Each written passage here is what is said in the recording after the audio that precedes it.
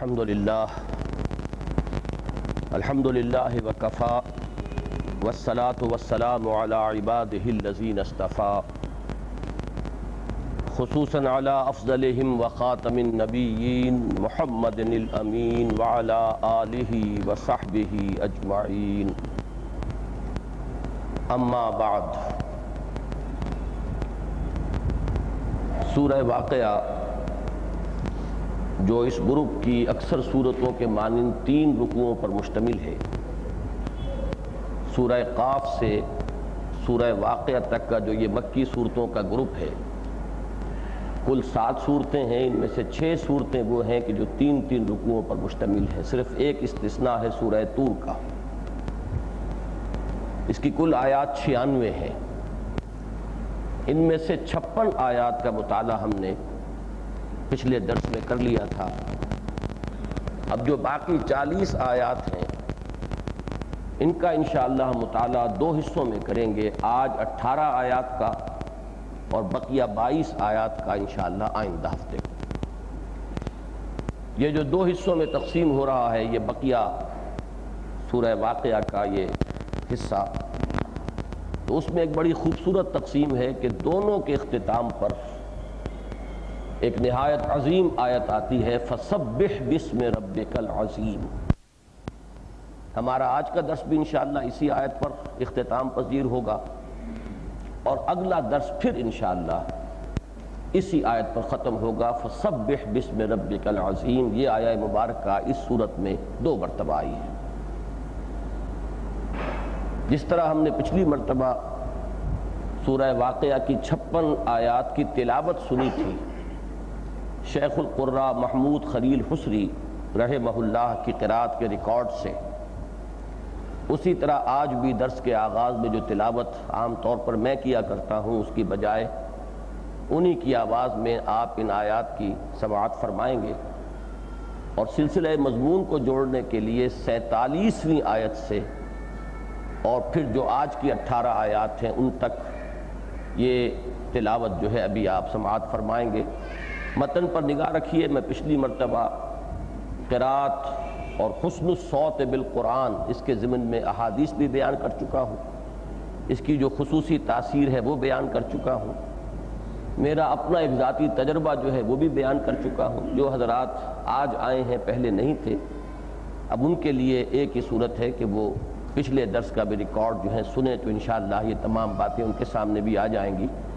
آج میں ان کا اعادہ نہیں کر سکتا، لیکن یہ کہ الفاظ قرآنی پر نگاہ جمائیے، متن کو سامنے رکھ کر پھر سنیے کہ ایک ماہر قاری جو اپنے فن کا میں بہت مہارت رکھنے والا ہے اور پوری دنیا میں جس کی مہارت کا لوہا جو ہے تسلیم کیا گیا ہے، مانا گیا ہے، انہوں نے ان آیات کو کس طور سے تلاوت کیا ہے۔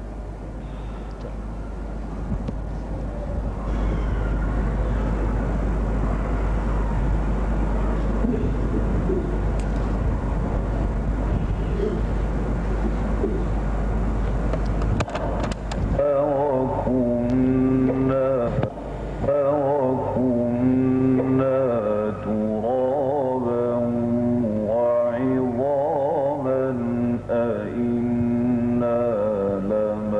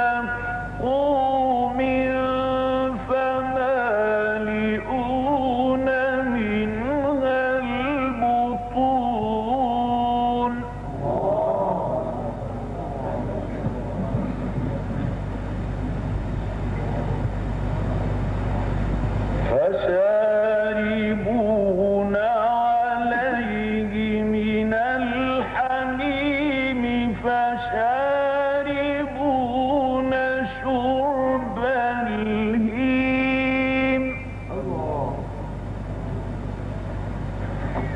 هذا نزلهم يوم الدين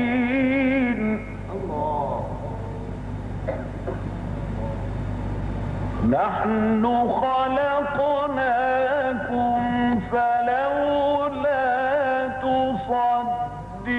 تصدقون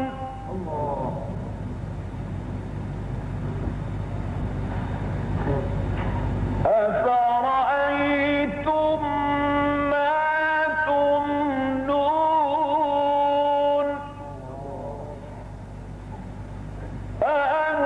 أأنتم تخلقونه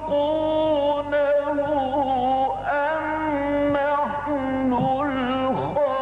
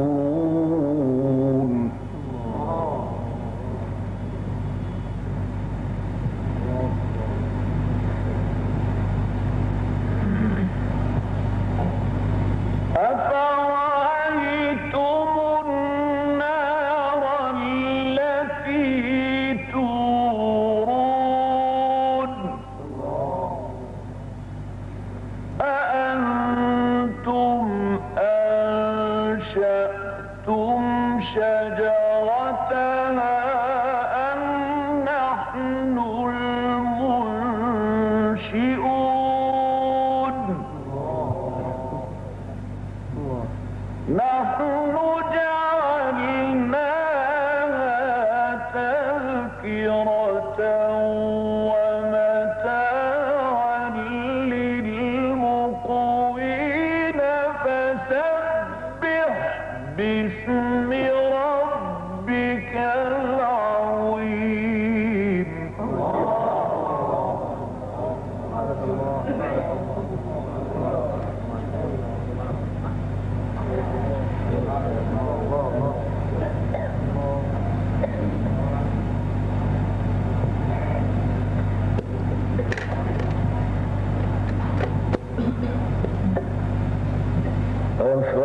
أفرأيتم الماء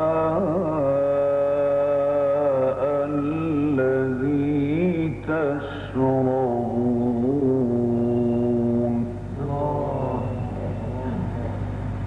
أأنتم أنزلتموه من المزن أم نحن المنزلون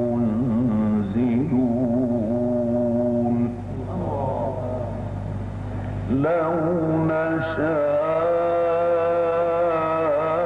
جعلناه أجاجا فلولا تشكرون.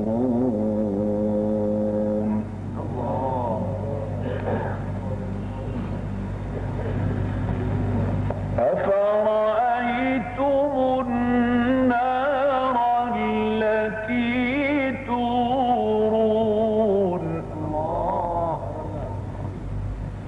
أأنتم أنشأتم شجرتها أم نحن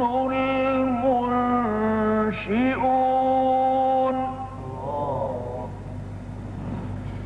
نحن جعلناها تذكرة ومتاعا للمقوين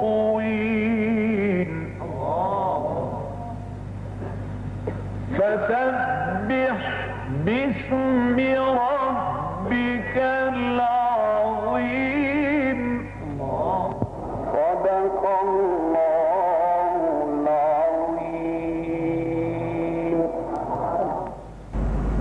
اعوذ باللہ من الشیطان الرجیم بسم اللہ الرحمن الرحیم رب اشرح لی صدری ویسر لی امری واحلل عقدۃ من لسانی یفقہوا قولی.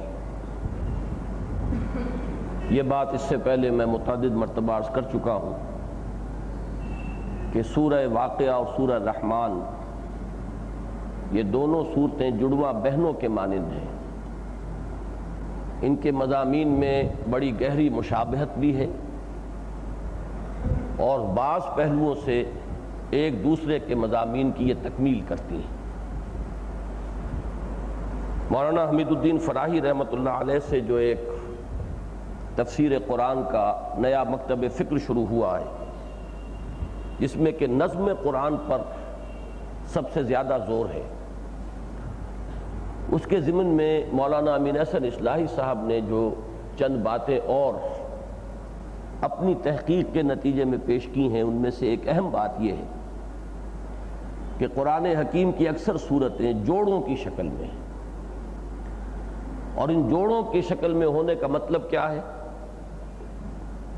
جو بھی اشیاء یا حیوانات میں جن چیزوں کے مابین بھی یہ نسبت ہوتی ہے جوڑے ہونے کی نسبت، اس میں دو چیزیں لازماً موجود ہوں گی، ایک بہت حد تک مشابہت اور بعض اعتبارات سے اختلاف اور فرق، لیکن وہ اختلاف اور فرق بھی ایک دوسرے کی تکمیل کے لیے.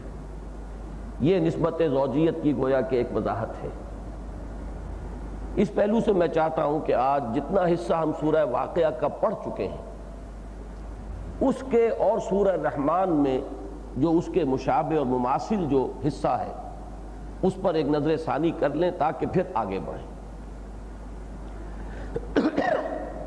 پہلی بات جو میں نے عرض کی تھی وہ یہ ہے کہ ان دونوں صورتوں میں سب سے زیادہ تفصیل جو آئی ہے وہ جنت کی نعمتوں کی ہے.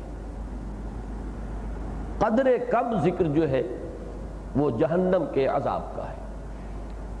حالانکہ یہ گروپ بحیثیت مجموعی انذار کا گروپ ہے، اور اس اعتبار سے زیادہ زور ان صورتوں میں بحیثیت مجموعی جب آپ دیکھیں گے تو عذاب اور سزا اور جہنم کی جو کیفیات ہیں زیادہ تفصیل سے وہ بیان ہوتی ہیں، لیکن اس جوڑے کی ایک مخصوص جو ہے صفت وہ یہ ہے کہ اس میں اہل جہنم کا یا جہنم کے عذاب کا ذکر تو ہے لیکن بہت ہی اختصار کے ساتھ۔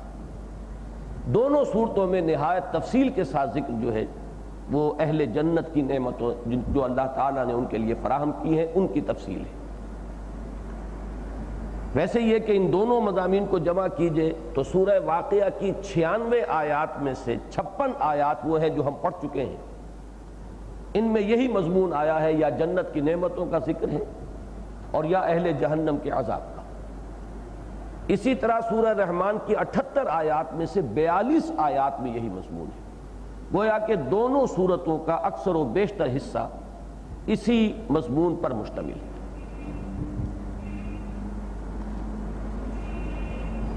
ایک اور بات جو ایک آبزرویشن کے درجے میں ہے، لیکن یہ کہ اگر وہ چیزیں ذہن میں رہیں تو قرآن مجید کے ساتھ ایک مناسبت جو ہے اس میں اضافہ ہوتا ہے۔ سورہ رحمان میں جنت کا ذکر بھی آیا لفظاً اور جہنم کا ذکر بھی آیا، ہذہ جہنم التی یکذب بہا المجرمون یطوفون بینہا وبین حمیم آن، اور جنت کا ذکر تو وَلِمَنْ خَافَ مَقَامَ رَبِّهِ جنتان، پھر آگے چل کر وَمِن دُونِهِمَا جنتان، لیکن سورہ واقعہ میں لفظاً نہ کہیں جنت کا لفظ ہے اور نہ جہنم کا ذکر۔ جنت کی نعمتوں کا ذکر ہے بغیر جنت کا نام لیے، اور جہنم کے عذاب کا ذکر ہے بغیر جہنم کا نام لیے۔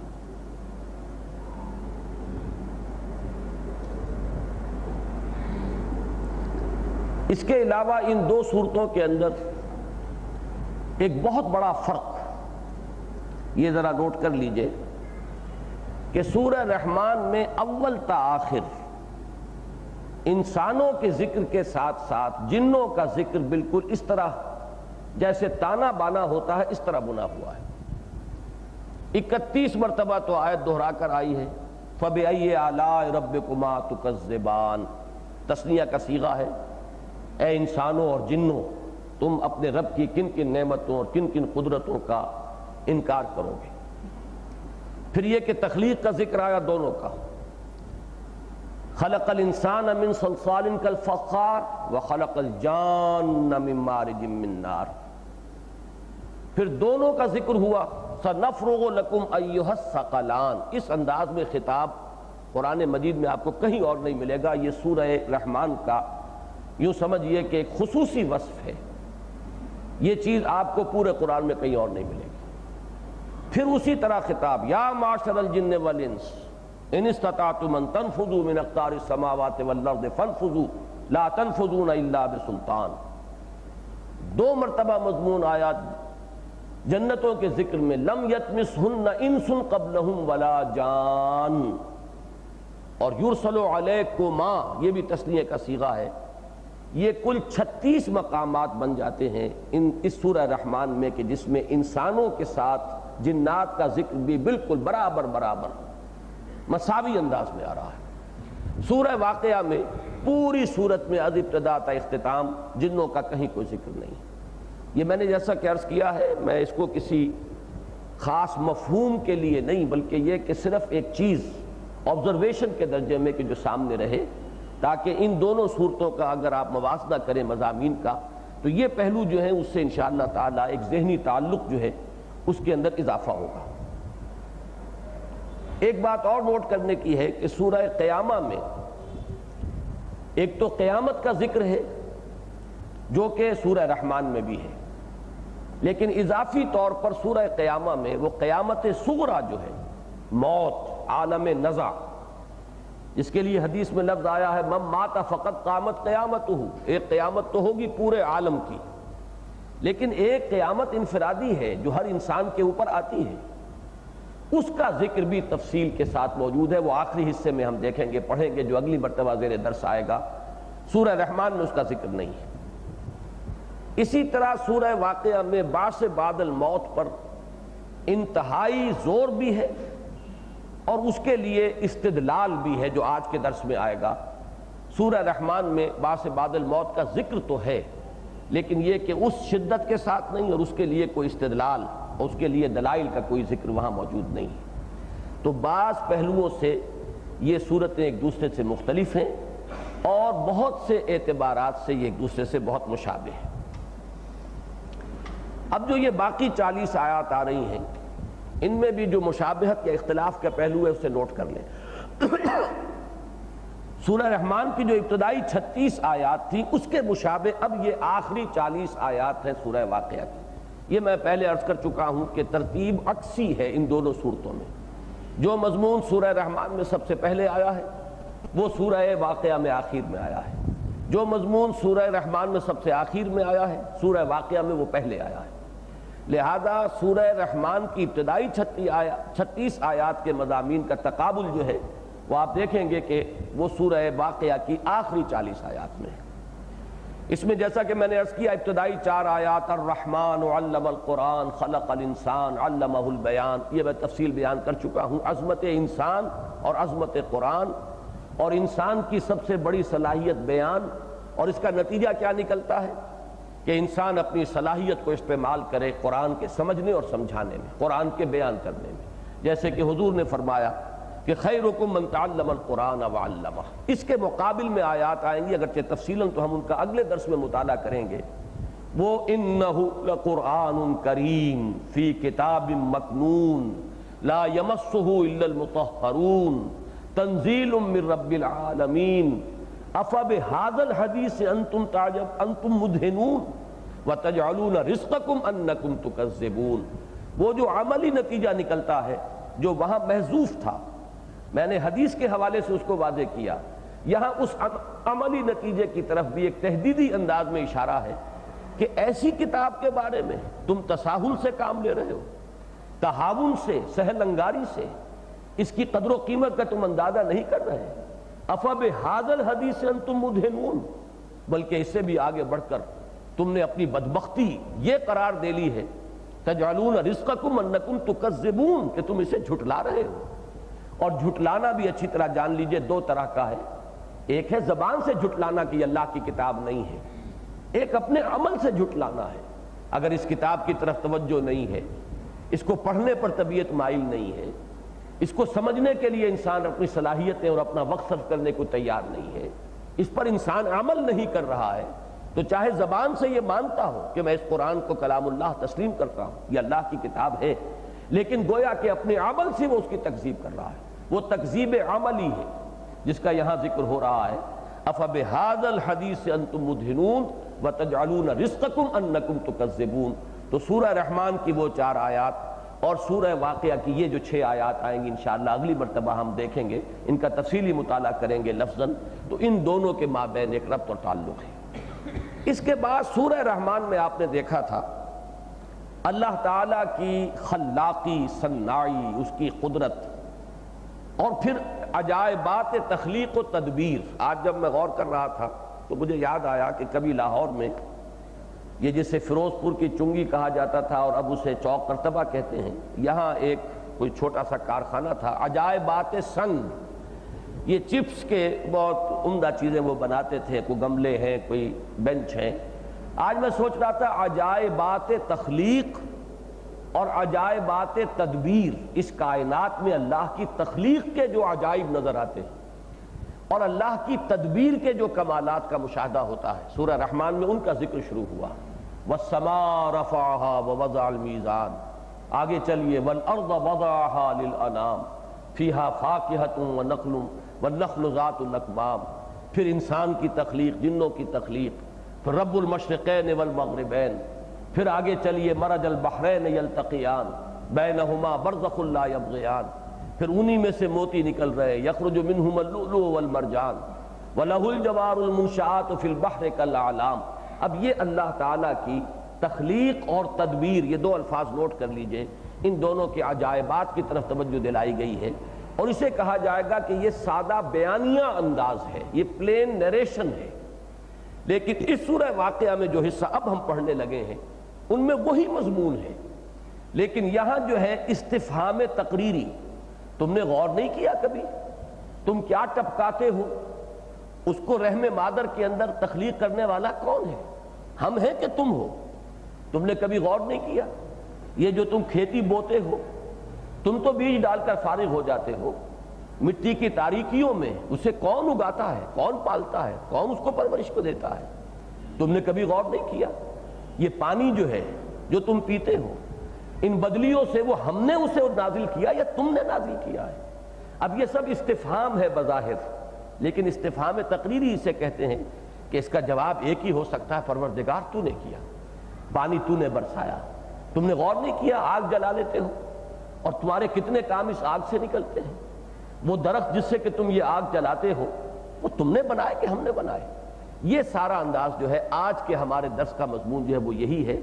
تو ایک تو تقابل ذہن میں رکھ لیجئے سورہ رحمان کے اس حصے کے ساتھ، مضمون وہی ہے لیکن وہاں ایک پلین نیریشن ہے، ایک بیان ہے، وہ کلام خبریہ ہے، سیدھا سیدھا اللہ نے یہ کیا، اللہ نے آسمان کو بلند بنایا، اللہ نے زمین انسانوں کے لیے مخلوقات کے لیے بنائی، اس میں دریا بہائے، اس میں تمہارے لیے وہ بڑے بڑے جہاز جو ہے چلا دیے جو تمہارا سامان لے کر جاتے ہیں، تمہارے لیے میوہ اور بھس والے جو اناج ہیں وہ پیدا کر دیے۔ یہ سب کچھ جو ہے یہ اللہ کی جو قدرت تخلیق ہے اور اس کی حکمت تدبیر۔ تخلیق اور تدبیر کے دو الفاظ میں چاہ رہا ہوں کہ آج اچھی طرح نوٹ کریں، قدرت تخلیق اور حکمت تدبیر کہ جس سے کہ اللہ تعالیٰ اس کائنات کے نظم کو چلا رہا ہے، اس کا بیان سورہ رحمان میں آیا ہے۔ میں پھر الفاظ دہرا رہا ہوں، وہ پلین نیریشن ہے، بیان ہے، کلام خبریہ ہے۔ یہاں استفہامیہ انداز ہے لیکن مضمون وہی ہے، جس کو کہ میں بارہا عرض کیا کرتا ہوں کہ میر تقی میر کا غالباً یہ مصرع ہے کہ ایک پھول کا مضمون ہو تو 100 رنگ سے باندھوں، بات ایک ہی آئے گی، انداز بدل جائے گا، اسلوب بدل جائے گا، مضمون دہرا کر آئے گا۔ اسی لیے اس کو کہا گیا کتابم مثانی، یہ کتاب ہے جس میں مضامین دہرا کر آتے ہیں، بات ایک ہی ہے لیکن مختلف اسلوبوں سے وہ بات جو ہے دہرا کر سامنے آتی ہے۔ تو اس تمہید کے بعد اب آئیے کہ آج کا جو حصہ ہے ہم اس کا مطالعہ شروع کریں۔ فرمایا نحن خلقناکم فلولا تصدقون، ہم نے تمہیں پیدا کیا تو تم تصدیق کیوں نہیں کرتے؟ تصدیق کرنا، صدقہ اگر آئے گا ثلاثی مجرد میں تو سچ کہنا، صحیح بات کہنا، اور صدقہ باب تفعیل سے ہے، صدقہ یصدق تصدیقاً، کسی کو سچ جاننا، کسی کی بات کو سچ ماننا، یہ تصدیق ہے۔ تو نحن خلقناکم فلولا تصدقون، ہم نے تمہیں پیدا کیا۔ پہلی بات یہاں یہ نوٹ کیجئے گا کہ قرآن مجید کے جو اکثر و بیشتر مخاطب تھے، میں اکثر و بیشتر کا لفظ یہاں خاص طور پر ارادے کے ساتھ استعمال کر رہا ہوں کہ اکثر و بیشتر مخاطب جب قرآن نازل ہوا ہے تو جو لوگ تھے براہ راست مخاطب قرآن کے، وہ یہ مانتے تھے کہ اس کائنات کا پیدا کرنے والا ایک ہی اللہ ہے، اس میں انہیں کوئی اختلاف نہیں تھا۔ وہ شرک بھی اگر کرتے تھے تو وہ شرک فی تخلیق نہیں تھا۔ قرآن مجید میں بار بار آیا ہے کہ اے نبی ان سے پوچھئے آسمان اور زمین کس نے بنائے، یہ فوراً کہیں گے اللہ نے بنائے، اس لیے کہ یہ چیز ان کے نزدیک مسلم تھی کہ اس کائنات کی تخلیق میں اللہ کے ساتھ کوئی شریک نہیں۔ وہ جو شریک ٹھہراتے تھے تو وہ شریک ٹھہراتے تھے کچھ نائبین ہیں اللہ کے، کچھ مقربین بارگاہ ہیں اللہ کے، ان کی سفارش ہمیں درکار ہے، کچھ لاڈلے اور پیارے ہیں اللہ کے، وہ اگر سفارش کر دیں گے، ان کی مورتیاں بنا لی گئیں، ان کے لیے کچھ دنڈوت کر لی گئی، لیکن کہتے تھے ہؤلاء شفعاؤنا عند اللہ، یہ اللہ کے ہاں ہمارے سفارشی ہوں گے، وما نعبدهم الا ليقربونا الى الله زلفى، اور ہم ان کو پوجتے ہیں صرف اس لیے کہ یہ ہمیں اللہ سے قریب کر دینے والے ہیں۔ اس معنی میں وہ شرک کرتے تھے، یہ شرک موجود نہیں تھا، نہ تو یہ خیال تھا وہاں موجود کہ اس کائنات کو کوئی خالق ہے ہی نہیں، نہ یہ خیال تھا کہ تخلیق میں کوئی اور اس خالق کے ساتھ شریک ہے۔ لیکن یہ اکثر و بیشتر کی بات ہے، خالص مادہ پرست بھی کہیں خال موجود تھے، قرآن مجید میں ان کا ذکر بھی ہے جو نفی کرتے تھے ہر نوع کی، لیکن اکثر و بیشتر جو مخاطب تھے قرآن مجید کے وہ مانتے تھے کہ اس کائنات کا خالق ہے اور وہ ایک ہے۔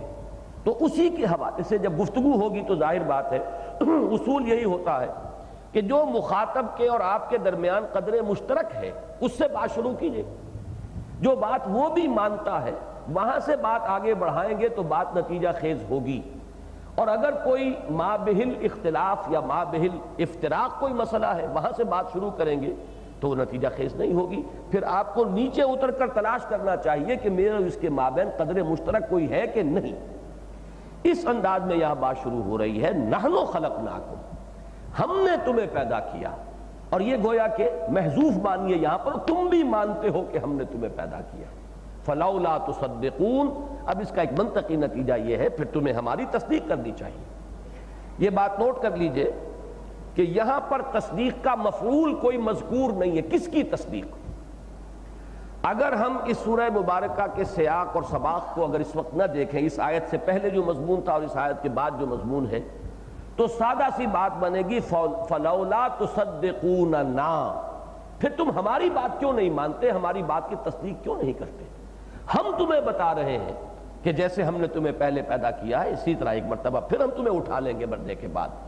تو جب تم یہ مانتے ہو کہ ہم نے تمہیں پیدا کیا ہے تو اس کا منطقی نتیجہ یہ ہے کہ ہماری تصدیق کرو اور ہماری اس بات کو بھی مانو۔ تو یہ ایک سادہ سا مفہوم ہوگا اگر سیاق و سباق کو سامنے نہ رکھیں کہ یہاں مفعول کیا ہوگا تصدیق کا؟ نا، ضمیر متکلم جمع کی، نحن خلقناکم فلولا تصدقوننا، ہم نے تمہیں پیدا کیا ہے تو تم ہماری تصدیق کیوں نہیں کرتے؟ لیکن یہ کہ اگر آپ اس سے پہلے جو مضمون تھا، اسی لیے میں نے آج تلاوت میں ان آیات کا جو ہے اضافہ کروایا کہ اصل میں جو مضمون چلا آ رہا تھا وہ کیا تھا؟ قل ان الاولین والآخرین لمجموعون الی میقات یوم معلوم، اے نبی ان سے کہہ دیجئے کہ اولین بھی اور آخرین بھی، پہلے بھی اور پچھلے بھی، سب جمع کیے جائیں گے اس ایک معین دن کی میعاد کے لیے اور میقات کے لیے۔ یہ باعث بعد الموت کا چونکہ ذکر یہاں پر آ رہا تھا، اور اس کے بعد بھی وَلَقَدْ عَلِمْتُمُ النَّشْأَةَ الْأُولَىٰ فَلَوْلَا تَذَكَّرُونَ، تم جانتے ہو، تمہارے علم میں ہے یہ پہلی مرتبہ کا جو ہم نے تمہیں پیدا کیا اور اٹھایا، تو کیوں نہیں تم اس سے سبق حاصل کرتے؟ تو معلوم ہوا کہ سیاق و سباق جو ہے وہ ہے ایمان بالآخرہ، خبر جو دے رہا ہے اللہ اپنے نبی کی وساطت سے کہ تم اٹھائے جاؤ گے۔ تو یہاں پر تصدقون بیوم الدین یا تصدقون بالبعث الموت، یہ گویا کہ محذوف ماننا ہوگا سیاق و سباق کے اعتبار سے، اور سیاق و سباق کو ہٹا دیں تو نحن خلقناکم فلولا تصدقوننا، ہم نے تمہیں پیدا کیا تم ہماری تصدیق کیوں نہیں کرتے۔ نتیجے کے اعتبار سے دونوں باتیں ایک ہی بن جائیں گی، چونکہ یہ اللہ ہی خبر دے رہا ہے کہ تمہیں اٹھایا جائے گا، اور اللہ ہی نے اپنے نبی کو حکم دیا ہے کہ ان سے کہہ دیجئے کہ تم لازماً جمع کیے جاؤ گے، لہذا ان دونوں میں نتیجے کے اعتبار سے کوئی فرق نہیں۔ اب یہاں سے وہ مضمون شروع ہوا، افرأیتم ما تمنون، کیا تم نے کبھی غور کیا؟ یہ رائے تم کا لفظی ترجمہ ہوگا کیا تم نے دیکھا، لیکن اس میں مراد کیا ہے؟ تم نے کبھی غور کیا۔ اسی مادے سے لفظ بنتا ہے میری رائے یہ ہے۔ یہ رائے جو ہے یہ در حقیقت جو رائے بنتی ہے انسان کی، یہ ایک داخلی شے ہے، ایک رویت ظاہری ہے، ایک رویت باطنی ہے۔ رویت ظاہری ہم نے اپنی آنکھوں سے یہ دیکھا وہ دیکھا، پھر ایک رائے بنائی، وہ رائے جو ہے وہ بھی ایک رویت ہے ہماری، لیکن وہ باطنی ہے، داخلی رویت ہے، میری یہ رائے بنی ہے۔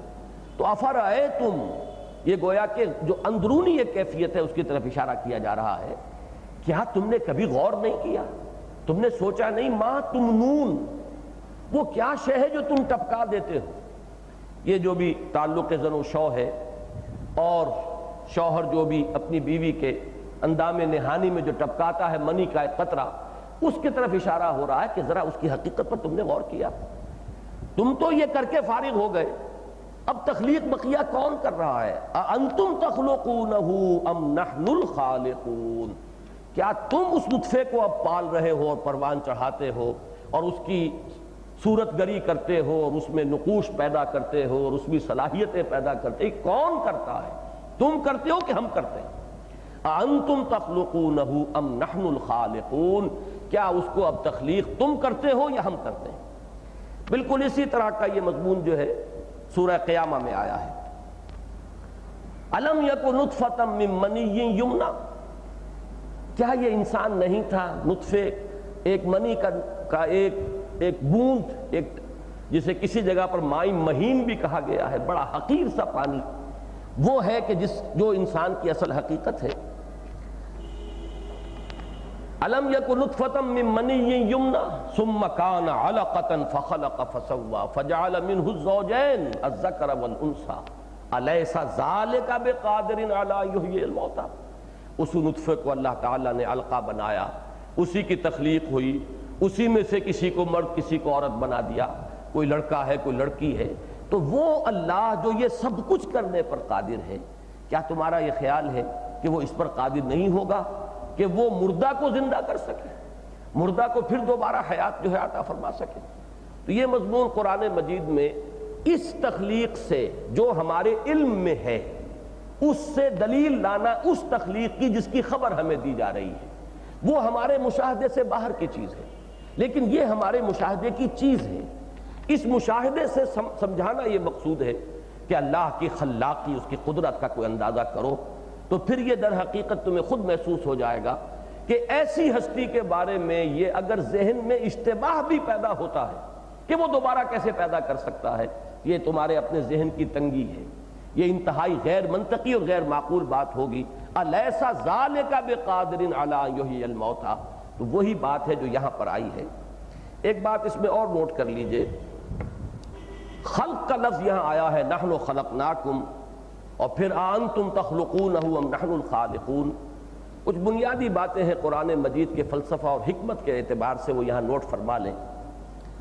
خلق کے مقابلے میں قرآن مجید میں ایک تو لفظ امر آتا ہے، الا لہ الخلق والامر، یہ تقابل کے ساتھ دو چیزیں آئیں، ایک عالم خلق ہے، ایک عالم امر ہے۔ دوسری اصطلاحات جو خلق کے مقابلے میں آتی ہیں، جو کہ حضرت شاہ ولی اللہ دہلوی رحمۃ اللہ علیہ نے اپنی بارکۃ الآراء تصنیف جو ہے حجت اللہ البالغہ، اس کا پہلا باب جو ہے اس میں انہی پر بحث کی ہے۔ خلق، ابداع اور تدبیر۔ ابداع ہے کسی شے کو بالکل عدم محض سے وجود بخشنا، جسے کہ انگریزی میں کہیں گے کریشن ایکس نیہیلو، عدم محض کوئی شے نہیں تھی اس سے وجود۔ اس کے لیے دوسرے الفاظ تکوین اور ایجاد کے بھی ہیں، لیکن قرآن مجید کا لفظ ہے ابداع، بدیع السماوات والارض۔ اللہ وہ ہستی ہے جس نے آسمانوں اور زمین کو عدم محض سے بنایا ہے، کوئی شے نہیں تھی۔ خلق کے لفظ کا اطلاق ہوتا ہے کسی شے سے کوئی اور شے بنا دینا۔ لکڑی موجود تھی، بڑھئی نے یہ میز بنا دی، لوہا موجود تھا، اس سے کسی نے تلوار بنا دی، پرات بنا دی۔ یہ کسی شے سے کسی شے کو بنانا خلق ہے، اور بالکل کسی شے کے وجود کے بغیر عدم محض سے کسی شے کو وجود میں لے آنا، اسے ایجاد بھی کہہ سکتے ہیں، تکوین بھی کہہ سکتے ہیں، اور اس کے لیے قرآن مجید کی لفظ ابداع ہے، بدیع السماوات والارض۔ دوسری بات یہ نوٹ کیجئے کہ خلق میں دو چیزیں ہمیشہ لازم ہوں گی۔ پہلی یہ چیز کہ کوئی شے جس سے پیدا کیا گیا، جیسے سورہ رحمان میں آیا خلق الانسان من صلصال کالفخار، انسان کو پیدا کیا اس سنی ہوئی مٹی سے کہ جو سوکھ کر کھنکنے لگی تھی، تو یہ من موجود ہے۔ وخلق الجان من مارج من نار، اور جنوں کو پیدا کیا آگ کی لپٹ سے، تپش سے۔ اب یہ معلوم ہوا کہ مادہ تخلیق ہے۔ دوسری دو چیزیں کیا ہیں؟ خلق میں ہمیشہ ٹائم فیکٹر انوالوڈ ہوگا، اور وہ تدریجن ہوگی، جبکہ ابداع میں سڈن، یکدم، آنے واحد میں۔ چنانچہ عالم امر کے بارے میں بار بار قرآن مجید میں جو الفاظ آتے ہیں وہ یہ ہیں کہ انما امرہ اذا اراد شیئا فانما یقول له کن فیکون۔ امر کا معاملہ تو یہ ہے کہ جب اللہ تعالیٰ ارادہ فرما لیتا ہے کسی شے کا تو بس وہ کہتا ہے کہ ہو جا، اور وہ ہو جاتا ہے۔ نو ٹائم فیکٹر از انوالوڈ اس عالم امر میں یا ابداع میں۔ خلق میں وقت لگتا ہے، خلق ہو رہی ہے بچے کی، وہ نطفہ جو ہے، میں ابھی آیت آپ کو سناؤں گا سورہ مومنون میں، اس کے سارے مراحل گنوائے ہیں۔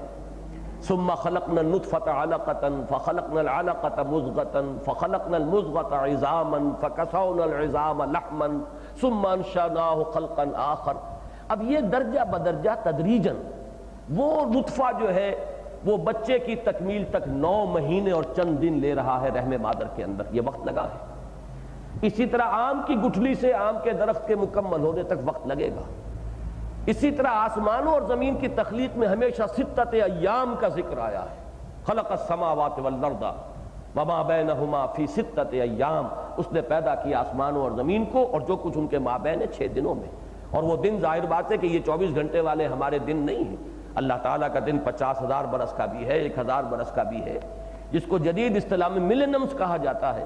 ادوار جو ہے وہ ہیں در حقیقت 6 ایام، 6 ادوار ہیں جن میں سے گزر کر یہ کائنات مکمل ہوئی، اور اس میں ہمیشہ تدریج پائی جائے گی۔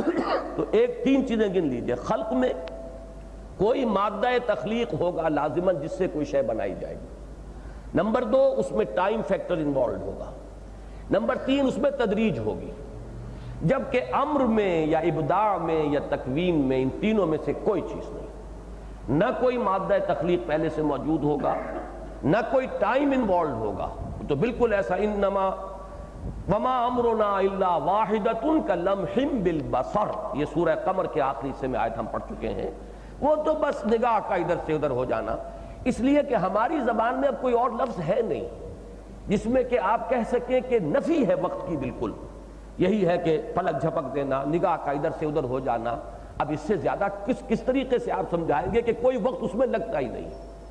جیسے کہ آپ کو معلوم ہے، کہہ تو دیا جاتا ہے جیومیٹری میں کہ نقطے کی کوئی ڈائمنشن نہیں ہے، نہ کوئی بریڈتھ ہے، نہ لینگتھ ہے، نہ کوئی اس کی کوئی ہائٹ ہے، نہ ڈیپتھ ہے، کچھ بھی نہیں۔ لائن کی جو ہے صرف ایک ڈائمنشن ہے، لینگتھ ہے، اس میں کوئی بریڈتھ نہیں ہے، لیکن یہ تو ایک نظری سی بات ہے۔ اسی طرح ہمارے ذہن میں تصور آ ہی نہیں سکتا کہ جس میں ٹائم فیکٹر کی بالکل نیگیشن ہو جائے۔ ہمارا ذہن عاجز ہے اس چیز کے تصور سے کہ وقت کا اس میں سے عامل سرے سے اس کی نفی ہو جائے۔ لہذا قریب تر لانے کے لیے ہمارے ذہن سے یہی الفاظ آ جاتے ہیں، وما امرنا الا واحدۃ کلمح بالبصر، ہمارے امر کا معاملہ تو بس ایسے جیسے کہ نگاہ ادھر سے ادھر ہو گئی اور پلک جھپک گئی، بس اس سے زیادہ وقت نہیں لگتا۔ تو یہ 3 چیزوں کا ذہن میں فرق رکھیے۔ اب آگے چلیے، دوسرا نقطہ، انسان کا وجود جو ہے وہ مرکب ہے، اس کا ایک وجود روحانی ہے، یہ عالم امر سے متعلق ہے۔ یسألونک عن الروح قل الروح من امر ربی، ان کی جو بھی کریشن ہوئی تھی، جو بھی ان کی ایجاد و تکوین ہوئی تھی، وہ ہمارے ان اجساد سے بہت پہلے، پتہ نہیں کروڑ ارب برس پہلے وہ معاملہ ہوا تھا، جبکہ تمام ارواح انسانیہ کو اللہ تعالیٰ نے خلعت وجود سے نوازا۔ میں تخلیق کا لفظ استعمال نہیں کر رہا، اس لیے کہ روح جو ہے وہ عالم امر سے متعلق ہے، لفظ خلق کا اس کے اوپر اطلاق نہیں ہو سکتا۔ تو اس کا ابداع کہہ لیں، تکوین کہہ لیں، ایجاد کہہ لیں، خلعت وجود سے نوازنا کہہ لیں، ارب برس پہلے کبھی یہ معاملہ ہوا ہے۔ اور اس وقت الارواح جنود مجندہ، حدیث میں الفاظ آتے ہیں، وہ بڑے بڑے لشکروں کے مانند تھیں، اور وہ تمام ارواح موجود تھیں اس وقت جبکہ اللہ سے ایک عہد ہوا، قول و قرار ہوا، جسے ہم عہد الست کہتے ہیں۔ الست بربکم قالوا بلا، تمام انسان موجود تھے روحانی شکل میں، جسم کسی کا نہیں تھا، جسد کا بھی وجود ہی نہیں تھا۔ لیکن جو جسدی تخلیق ہے ہماری، اب اس کو نوٹ کیجئے، اس کے بھی 2 مرحلے ہیں۔ ایک جسدی تخلیق کا مرحلہ ہے مٹی سے لے کر نطفے تک، یہ ایک مرحلہ ہے۔ ظاہر بات ہے کہ یہ سارا ایولیوشن کا پروسیس وہ بھی اسی میں شامل ہوگا، اور اب بھی جب رحم مادر میں وہ نطفہ جاتا ہے، اس نطفے کی مزید تخلیق کے اندر جو مواد مل رہا ہے وہ اسی مٹی سے آ رہا ہے۔ وہی خوراک جو ماں کو پہنچ رہی ہے، وہی تو ذریعہ بن رہی ہے اس جسم کی تخلیق کے اندر۔ اور وہ خوراک کہاں سے آ رہی ہے؟ بکری کا گوشت اگر کھایا ہے تو بکری نے بھی وہی سبزہ جو ہے، پتے وغیرہ کھائے ہیں کہ جو زمین سے اگے ہیں، اور اگر اس نے اناج کھایا ہے، چاول کھایا ہے، تو وہ بھی زمین سے آیا ہے۔ تو معلوم ہوا کہ ایک ہے تخلیق اجساد کا مرحلہ کہ جو ہے مٹی سے نطفے تک، یہ ایک مرحلہ ہے۔ پھر نطفے سے تخلیق جو ہوتی ہے بچے کے بننے تک، یہ دوسرا مرحلہ ہے۔ اب نوٹ کیجئے، اس میں سورہ رحمان اور سورہ واقعہ میں اب پھر ایک اعتبار سے تقابل آیا۔ سورہ رحمان میں وہ اس مرحلے کا ذکر ہے، خلق الانسان من صلصال کالفخار۔ یہاں اب وہ اگلا آ رہا ہے، منی سے نطفے سے آگے بڑھنے والی تخلیق کا ذکر یہاں آ رہا ہے۔ اور اگر اس مضمون سے دلچسپی ہو گئی ہو، اللہ کرے کہ ہوئی ہو، یہ قرآن مجید کی حکمت اور فلسفے کے اہم مضامین ہیں، تو نوٹ کیجئے کہ سورہ مومنون کا ایک مقام ایسا ہے کہ اس میں تمام کو جمع کر دیا گیا ہے۔ لَقَدْ خَلَقْنَا الْإِنسَانَ مِنْ صُلَالَةٍ مِّن طِينٍ، ہم نے انسان کو بنایا مٹی کے خلاصے سے، مٹی کا یہ خلاصہ، اسی سے انسان بنا۔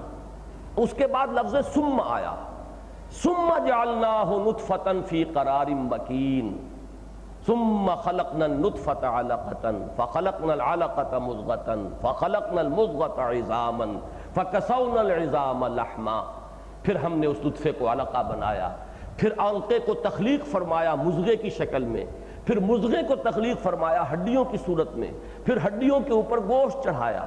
اس کے بعد تیسرا مرحلہ آ رہا ہے پھر ثم کے ساتھ، ثم انشأناہ خلقا آخر، پھر ہم نے اسے اٹھایا ایک اور ہی تخلیق پر۔ یہ بات جو ہے یہ ہے در حقیقت وہ چیز جس کا جوڑ اب ملے گا اس پہلی چیز سے جو میں نے عرض کی تھی، وہ ارواح جو بنائی گئی تھیں وہ ابتدا میں ارب سال پہلے، حدیث میں اس کی وضاحت آتی ہے۔ حضور نے فرمایا، اور یہ حدیث بڑی پختہ حدیث ہے سند کے اعتبار سے، 40 نبوی میں امام نبوی بھی اس کو لائے ہیں۔ حضور نے فرمایا کہ تم میں سے ہر شخص کا، ہر انسان کا وجود جو ہے رحم مادر میں پہلے 40 دن نطفے کی شکل میں ہوتا ہے، پھر 40 دن مضغہ کی شکل میں ہوتا ہے، علقہ کی شکل میں ہوتا ہے، پھر 40 دن مضغہ کی شکل میں ہوتا ہے۔ اس کے بعد اللہ تعالیٰ ایک فرشتے کو بھیجتا ہے جو اس میں روح ڈال دیتا ہے۔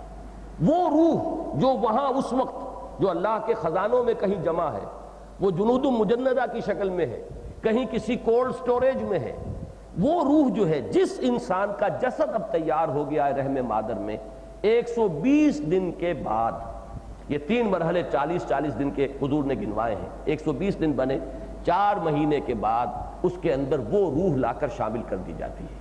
بس صرف ایک یہاں پر اور ہے نوٹ آف کاشن، اس روح کو جان کے ساتھ جو ہے کنفیوز نہ کیجئے، جان تو اور شے ہے، جان تو نطفے میں بھی ہے، وہ جو نطفہ مرد کا ہے وہ بھی بے جان نہیں ہے، جاندار ہے۔ بیضۃ الانثیٰ جو ہے، ماں کی اووری سے جو وہ ایک سیل آیا ہے رحم مادر کے اندر، وہ بھی جاندار ہے، لیونگ میٹر ہے۔ ان دونوں کے جمع ہونے سے نطفۃ امشاج کی شکل جو بنی ہے وہ بھی جاندار ہے۔ نہ علقہ بے جان ہے، نہ نطفہ بے جان ہے، نہ مضغہ بے جان ہے، جان تو موجود ہے شروع سے۔ اس وقت اصل میں جو چیز لا کر شامل کی گئی ہے وہ روح ہے۔ اسی لیے اس کو بڑے ہی ایسے الفاظ میں کہ جس سے عام آدمی اس پر سے گزر جائے، اور یہ عام اسلوب ہے قرآن کا، جو زیادہ مشکل فلسفیانہ مضامین ہے وہ ایسے الفاظ میں قرآن لاتا ہے کہ ایک عامی انسان پڑھتے ہوئے گزر جائے، وہ زیادہ الجھن محسوس نہ کرے، ورنہ وہ رک جائے گا، اس کی گاڑی وہاں رکے گی، سوئی اٹک جائے گی، اور اس کو جو اس سے تذکر کرنا ہے اس میں رکاوٹ پیدا ہو جائے گی۔ لیکن یہ کہ وہی مقامات ہوتے ہیں جنہیں فلسفے اور حکمت کے ساتھ دلچسپی ہے، وہ وہیں پر ڈیرا لگا لیتے ہیں کہ جائیں جاس، اب یہیں پر غور کرنا ہوگا۔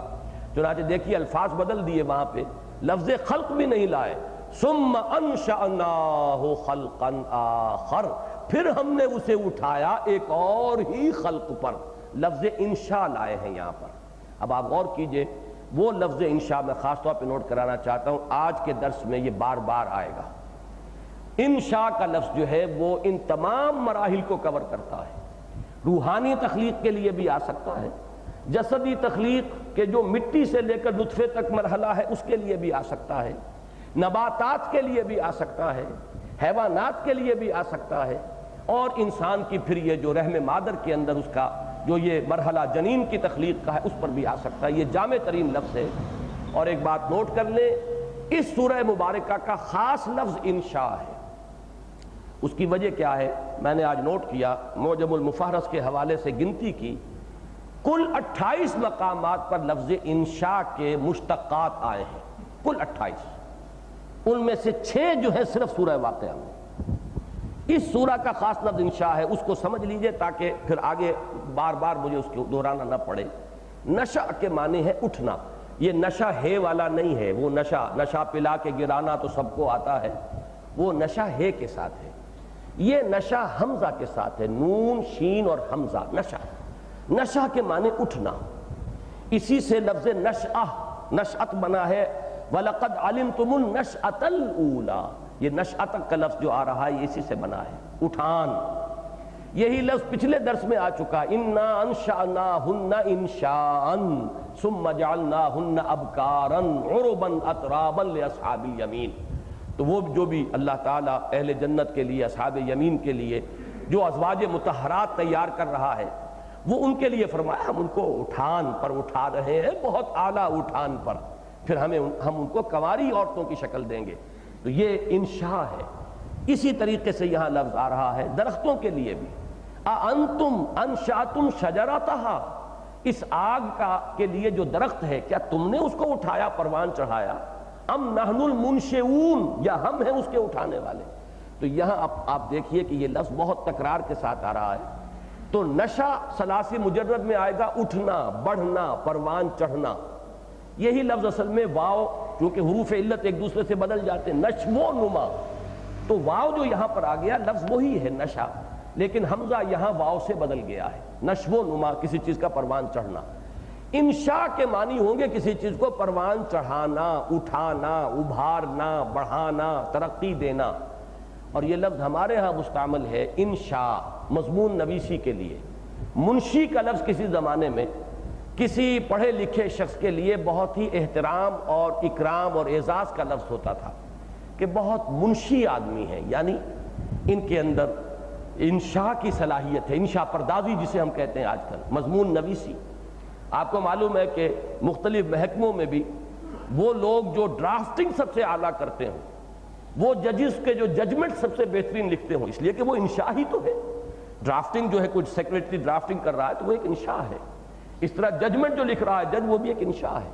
تو منشی کہتے تھے اس شخص کو جس میں انشاء کی صلاحیت ہے، جو کسی مضمون کو باندھ سکتا ہے، اٹھا سکتا ہے، پروان چڑھا سکتا ہے، وہ منشی ہے۔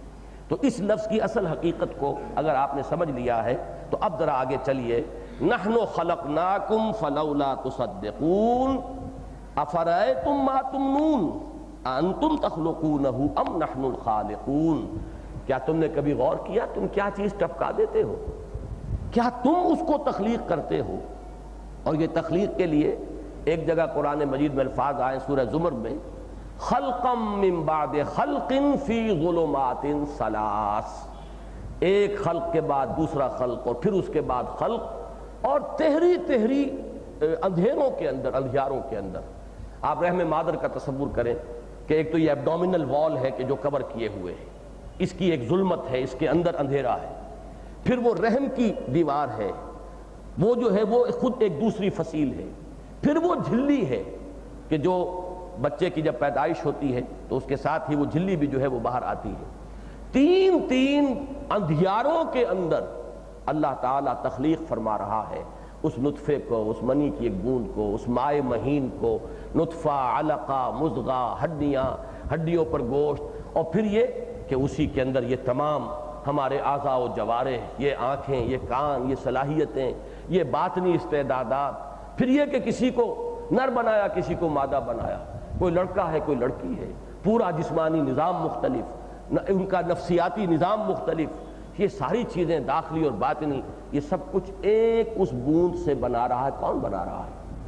انتم تخلقونہ ام نحن الخالقون نحن قدرنا بینکم الموت وما نحن بمسبوقین۔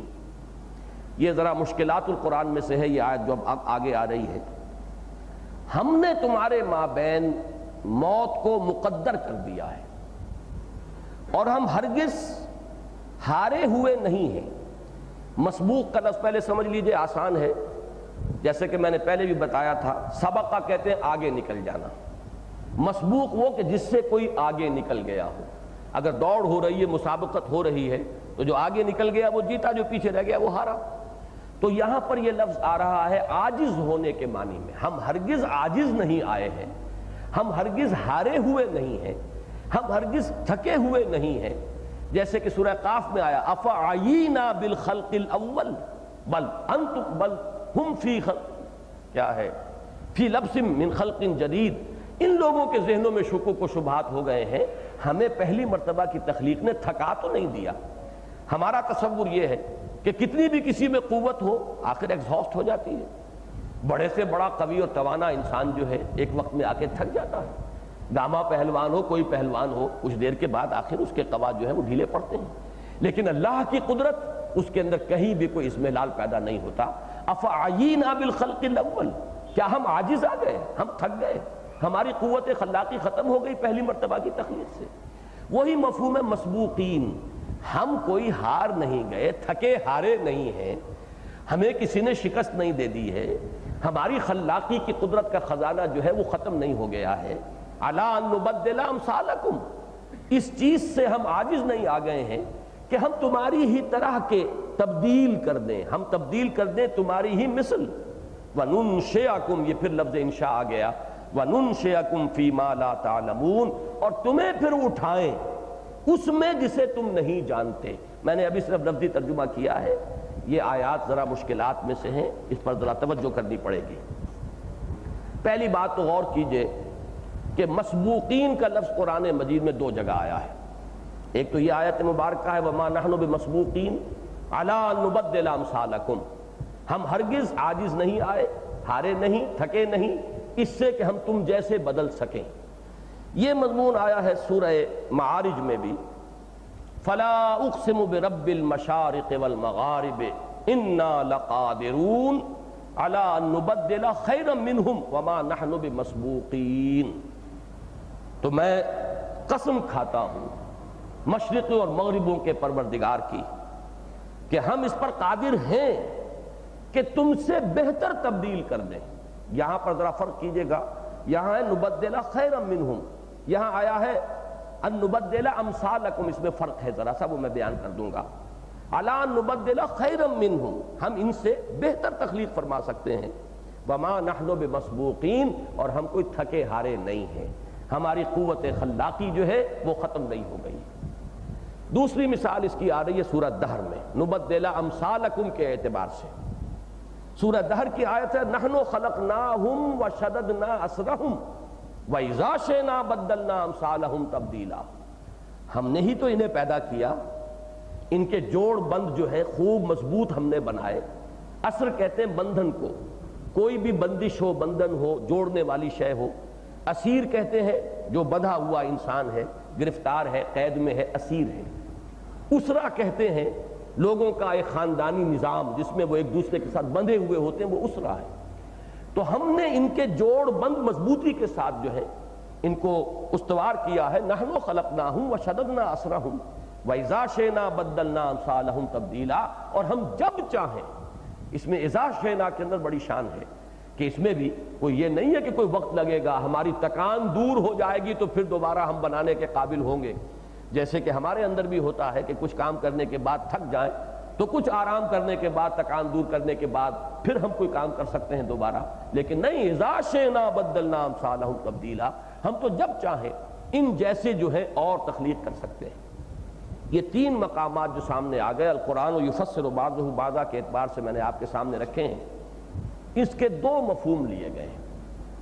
ایک مفہوم تو یہ کہ اس دنیا ہی سے متعلق بات کہی جا رہی ہے کہ تمہیں ہٹائیں، تم سے بہتر یا تم جیسی مخلوق کوئی اور لے آئیں، ہم اس پر قادر ہیں. بات صحیح ہے اپنی جگہ پر، قطعاً غلط نہیں ہے. ایک قوم کے بعد دوسری قوم کو لاتا ہے اللہ تعالیٰ. سورہ محمد صلی اللہ علیہ وسلم کے اختتام پہ فرمایا ہے مسلمانوں، تم نے اگر روگردانی کی، جو مقام ہم نے تمہیں عطا فرمایا ہے اگر اس کا حق ادا نہ کیا تو ہم تمہیں ہٹائیں گے. یستبدل قوما غیرکم، ہم تمہیں ہٹائیں گے، کسی اور قوم کو لے آئیں گے. جو فی الواقع ہوا کہ امت مسلمہ کی قیادت جو ہے عربوں سے چھین کر ترکوں کے ہاتھ میں دے دی گئی. 4-5 صدیوں کے بعد یہ ہو گیا تھا. پھر عرب جو ہے پس منظر میں چلے گئے، وہ محکوم ہو گئے، اور ترک جو ہے عالم اسلام پر، ترکان تیموری اور ترکان صفوی اور ترکان عثمانی اور ترکان سلجوقی، یہ سارے ترک تھے. یہ تمام ترک جو عالم اسلام پر چھا گئے. عربوں کو ہٹایا اور ان کے ہاتھ میں عالم اسلام کی قیادت کا علم بھی سنبھلوا دیا، تھما دیا، اور خلافت بھی آپ کو بعد کو معلوم ہے کہ پھر وہ ترکان عثمانی کے پاس چلی گئی کئی 100 سال کے بھی. تو ایک تو ہے اس دنیا میں قوموں کو بدلنا، ایک تخلیق کو بدل دینا. جنوں کو ہٹایا تھا، یا یہ کہ جو بھی ان کا مقام تھا اس سے انہیں معزول کر کے انسانوں کی تخلیق ہوئی تھی. تو اللہ تعالیٰ اس پر قادر ہے کہ انسانوں کو ختم کرے یا ان کو پس منظر میں لے جائے اور کوئی اور اس سے بھی بہتر جو ہے کوئی تخلیق فرمائے اور اسے دنیا کا چارج سے ملوا دے. ایک مفہوم یہ ہے. اور دوسرا مفہوم کہ جو در حقیقت اس جگہ پر آ کر معین ہو جاتا ہے وہ یہ کہ اس سے مراد ہے بعث بعد الموت. یہ جو موت کے بعد جو بعث ہوگا اس کے لیے آج میں غور کر رہا تھا، ہو سکتا ہے کہ میری نظر سے وہ مقام رہ گیا ہو، لیکن ایک بات تو میں نے یہ نوٹ کی کہ اس کے لیے لفظ خلق نہیں آتا قرآن میں، اس لیے کہ بعث بعد الموت جو ہونا ہے وہ تو دفعتاً ہونا ہے. فَإِذَا هُمْ قِيَامٌ يَنظُرُونَ، ایک سور میں دوسری مرتبہ جب پھونکا جائے گا وَنُفِخَ فِيهِ أُخْرَى فَإِذَا هُمْ قِيَامٌ يَنظُرُونَ، تو اچانک وہ کھڑے ہوں گے دیکھتے ہوئے. وہ دفعتاً ہونا ہے، وہ تدریجاً نہیں ہونا ہے. یہ 9 مہینے جو بطن مادر میں ہمیں لگے اور پھر لڑکپن اور پھر نوجوانی اور جوانی سے ہوتے ہوئے ہم اپنی 40 برس میں فلما بلغ شدہ و بلغ 40 سنۃ، یہ مرحلہ وہاں نہیں ہوگا. وہاں تخلیق جو ہوگی وہ دفعتاً ہوگی. لہذا وہاں لفظ انشاء آیا ہے. ننشئکم، ہم تمہیں اٹھائیں، تمہیں ابھاریں. تمہاری یہ تخلیق کے لفظ کی بجائے انشاء کے لفظ کو یہاں پر لائے. فی ما لا تعلمون، اس عالم میں جس سے تم جانتے نہیں ہو، جس سے تم واقف نہیں ہو. دوسری بات جو اس سے معلوم ہوئی وہ یہ کہ اس بعث بعد الموت میں جو جسد عطا ہوگا ہمیں، وہ مثل ہوگا ہمارے اس جسد کا، بعین ہی یہ جسد نہیں ہوگا. یہ بات ذرا عام جو بھی اس وقت تک کو ذہنوں کے اندر بات ہوگی اس سے ذرا ہٹ کر بات ہے، ادھر توجہ بہت کم لوگوں کی ہوئی ہے. لیکن ان تینوں کو ذہن میں رکھیے کہ وہ جسد بعین ہی یہ نہیں ہوگا. الا نبدل امثالکم، تمہارے مثل بدل دیں گے جسم تمہیں، اور جب بدل کر دیں گے تم جیسا ہوگا، لیکن بعین ہی لکیٰ لا یعلم من بعد علم شیئا. تو یہ بین لو انسانوں کے مابین موت کی تقسیم مختلف اوقات، ہر ایک کے لیے ایک وقت معین. لیکن یہاں بھی غور کرنا پڑتا ہے کہ اس توجیہ کے ساتھ بھی قدرنا کا حق ادا نہیں ہوتا، بینکم کا حق تو ادا ہو گیا. قدرنا کا حق ادا نہیں ہوتا اس لیے کہ قدرنا اور قسمنا میں تو بڑا فرق ہے. اس سبن میں امام رازی رحمۃ اللہ علیہ نے کافی محنت کی ہے، لیکن یہ مقام بھی ان مقامات کی مثال کے اعتبار سے سامنے آیا ہے. امام رازی کے بارے میں ایک بات عام طور پر کہی جاتی ہے کہ وہ سوالات اٹھانے میں تو بہت مشاق ہیں، صحیح تجزیہ کرتے ہیں عبارت کا، اور فیہ مسائل یہ کہہ کر اب شروع کرتے ہیں ایک مسئلہ یہ، ایک مسئلہ یہ، ایک مسئلہ یہ. سوالات تو اٹھا دیے، لیکن سوال اٹھا دینا ایک کام ہے، سوال کا جواب دینا تشفی بخش یہ دوسرا کام ہے. تو امام راضی کے بارے میں عام یہ قول تھا کہ وہ سوال اٹھانے میں تو بہت ماہر ہے، لیکن سوالوں کے جواب دینے میں پھر وہ اتنے ماہر نظر نہیں آتے.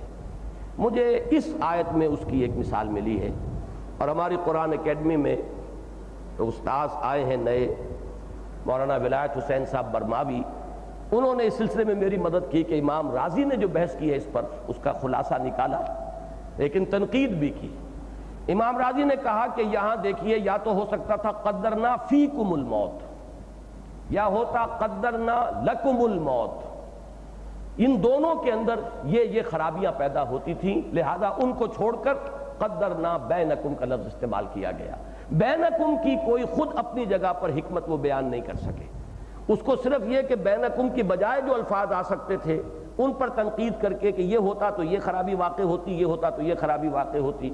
اور مولانا برماوی صاحب نے تنقید کر کے ثابت کر دیا ہے کہ امام رازی کے وہ دونوں خیالات بھی بے بنیاد ہیں، وہ بھی منطقی طور پر درست نہیں ہے. میں اس تفصیل میں زیادہ جانا نہیں چاہتا، میں صرف اشارہ کر رہا ہوں اس وقت. ایک تیسرا لفظ آ سکتا تھا قدرنا علیکم الموت، تم پر موت کو ہم نے مقرر کر دیا، معین کر دیا. چنانچہ میرے پاس جو اس وقت ہے یہ تفسیر جلالین کی طرح کی کسی عرب مصنف کی بہت مختصر تفسیر ہے، انہوں نے اس کو پھر قدرنا علیکم کی تعبیر کر کے تو اس کے مفہوم کو بیان کیا ہے. میرا ایک عاجزانہ خیال ہے وہ میں آپ کے سامنے پیش کر رہا ہوں، اور وہ در حقیقت بدلنا امثالکم اس کے حوالے سے جو کچھ میں بیان کر چکا ہوں اس کے ساتھ اس کا بڑا گہرا ربط قائم ہوتا ہے کہ چونکہ ہمارے یہ دو جسد بالکل ایک دوسرے سے جدا ہیں، تسلسل صرف ہمارے شعور کا ہے، تسلسل اس نفس کا ہے، وہ خلاصہ جو ہے ہمارا اس کا تسلسل ہے جسد مادی کا تسلسل نہیں ہے، لہذا ہمارے ان وجودوں کے مابین موت آئی ہے، ان دو وجودوں کے درمیان حائل ہوئی ہے۔ موت ایک زندگی کا وقفہ ہے، یعنی آگے بڑھیں گے دم لے کر۔ اس اعتبار سے ہمارے مابین موت مقدر کر دی گئی کہ ہمارے ہی وجود کا جو تسلسل تھا، یہ وجود مادی کا تسلسل توڑ کر یہ وجود ایک ہے کہ جو ختم ہو جائے گا اور مٹی ہو کر مٹی میں مل جائے گا، اور وہ وجود دوسرا ہے جو دیا جائے گا۔ اس کے لیے لفظی انشاء آیا ہے، تخلیق نہیں آیا۔ وہ جو ہے وہ فوری طور پر اور اچانک پیدا کیا جائے گا۔ اذا ہم قیام ینظرون، یہ دو وجود جو ہمیں دیے جائیں گے، ان دونوں کے مابین حائل ہے ایک وقفہ، اور وہ موت کا ہے۔ نحن قدرنا بینکم الموت وما نحن بمسبوقین علی ان نبدل امثالکم۔ میں وہ مرزا غالب کے کا ایک شعر، ایک مصرع بارہا پڑھا کرتا ہوں، آج پھر آپ کو سنا رہا ہوں۔ ہیں دونوں وہ یعنی عمدہ ہیں، ان میں شعریت بھی ہے کہ گنجینہ معنی کا طلسم اس کو سمجھیو، جو لفظ کے غالب میرے اشعار میں آوے۔ کوئی لفظ بھی جو آتا ہے میرے شعر میں، یہ نہ سمجھنا یوں ہی آگے آئے، سرسری طور پر نہ گزر جانا۔ ڈیرا لگا کر بیٹھو گے، مائکروسکوپ وہاں فوکس کرو گے تو معلوم ہوگا کہ جائیں جاست، یہاں تو بہت کچھ علم اور حکمت اور معرفت کے خزانے جو ہیں وہ چھپے ہوئے ہیں۔ اور اسی طرح زیر ہر لفظ غالب چیدام میں خانہ، ہم نے تو غالب کے ہر لفظ کے اندر میخانے دیکھے ہیں، تلاش کیے ہیں، اور ہمیں پورے میخانے علم اور معرفت کے میخانے ملے ہیں۔ تو قرآن مجید کی تو یہ شان بتمام و کمال ہے۔ غالب نے تو جو کچھ کہا ہے وہ ایک طرح کی تعلی ہے، زوم ہے، اس کے ہاں بھرتی کے اشعار بھی مل جاتے ہیں، بھرتی کے الفاظ بھی مل جاتے ہیں، لیکن یہ ہے کہ قرآن کی شان واقعتاً یہی ہے کہ زیر ہر لفظ قرآن چیدام میں خانہ، ایک لفظ کے اندر جو ہے مفہوم کا اور معانی کا سمندر ہے۔ غور کریں۔ البتہ ہوتا یہ کہ بعض لوگوں کو فلسفیانہ مضامین سے مناسبت نہیں، وہ ایسی جگہ سے گزر جائیں گے سرسری طور پر۔ بعض لوگوں کو متصوفانہ مضامین جو قرآن میں آئے ہیں ان سے دلچسپی نہیں، وہ وہاں سے گزر جائیں گے۔ صوفی مزاج کا آدمی وہاں ڈیرا لگا کر بیٹھ جائے گا، فلسفیانہ مزاج کا آدمی وہاں ڈیرا لگائے گا جہاں کوئی فلسفہ وجود یا اور ما بعد الطبیعات کی کوئی بات آئی ہے۔ جدید سائنسی جن لوگوں کی معلومات ہیں وہ جب قرآن کو پڑھیں گے تو خاص طور پر ان جگہوں پر، اور اللہ کا فضل ہے، میں آپ کو متعارف کرانا چاہتا ہوں، اسلام آباد میں کچھ بڑے ہمارے نوجوان لیکن بڑے اونچے سائنٹسٹ ہیں جنہوں نے ایک ریسرچ فاؤنڈیشن قائم کیا ہے قرآن مجید کے لیے۔